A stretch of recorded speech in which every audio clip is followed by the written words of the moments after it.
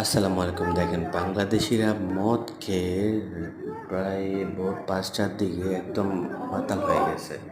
তারপর দেখেন কীভাবে মারামারি করতেছে, মদ খেয়ে একদম পাগল হয়ে গেছে, ঠিক আছে? তো এদের ১-২-৩ জনের কারণে পুরো সব বাংলাদেশির বদনামি হয়ে যায়। এরা আসলে কেন এমন করে দেখেন বুঝি না। প্রবাসে আসে ২ পয়সা কামানোর জন্য, কামাইতে এসে যদি এভাবে খরচ করে, খরচ করুক সমস্যা নেই, কিন্তু এভাবে যে মদ খেয়ে রাস্তায় মাতলামি করে যে কী অবস্থা হয় দেখেন।